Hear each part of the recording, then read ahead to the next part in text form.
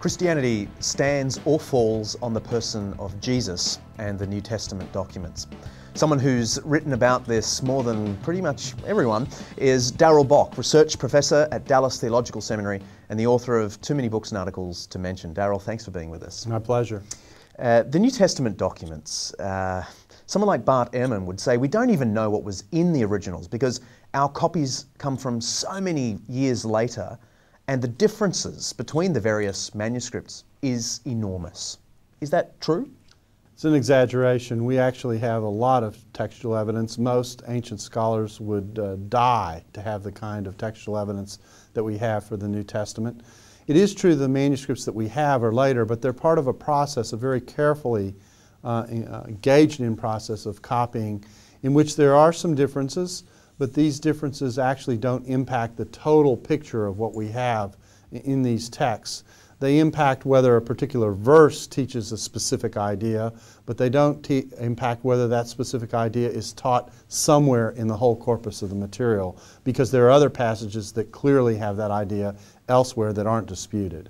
So you don't think there are any major Christian ideas that are dependent on one of these variations in a text? Not at all. In fact, it has been for centuries said that no key doctrine of the Christian faith is impacted by the nature of these variants. Okay, but some others would say we're not even using the right Gospels. We should be using these other Gospels, Gospel of Thomas, Gospel of Peter, and so on. Yeah, the problem that we've got here is that these other Gospels actually reflect a completely different orientation to God.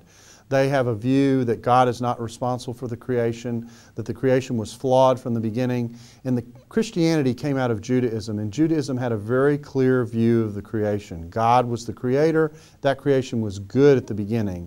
So we know that the pedigree, that the genealogy, if you will, of these Gospels that has this kind of a alternative creation story can't go back to the earliest generations of the Christian faith, to Jesus and his apostles who came out of Judaism and embraced the Jewish view of creation.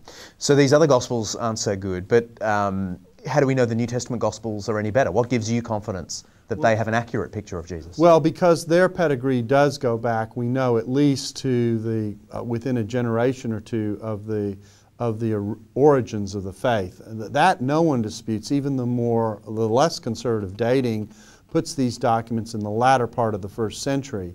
And that's in contrast to the first part of the first century from which Jesus emerged. And it's in close enough touch with an oral tradition that is careful to still put us in contact with what Jesus was really about. In fact, some of the people who were taught by Jesus were alive when some of these materials were written and would be able to have vouched for it. But it's still a long time gap, is it not? Well, it's not that long a time gap. I actually tell my classes that if you ask yourself how far back you can go in time through an oral chain of communication. For example, I can remember stories that were told to me by a grandparent who can reach back into the latter part of the 1800s. These are very vivid memories that they have. So you actually can span a long period of time through a life chain of testimony. But are we, Jesus dies around 30, 33, and then the Gospels are written, let's be generous and say by 70. Mm-hmm. That's a long time. Were they just sort of sitting on these stories and then all of a sudden decided to write it down? Because that seems problematic. Well, that's because we're used to a written culture. This is an oral culture. They're used to telling stories. They're used to telling stories orally. They're used to telling them carefully. And in fact, Luke, in writing his gospel, talks about how the gospel stories were originally heard, and that was through ministers and eyewitnesses.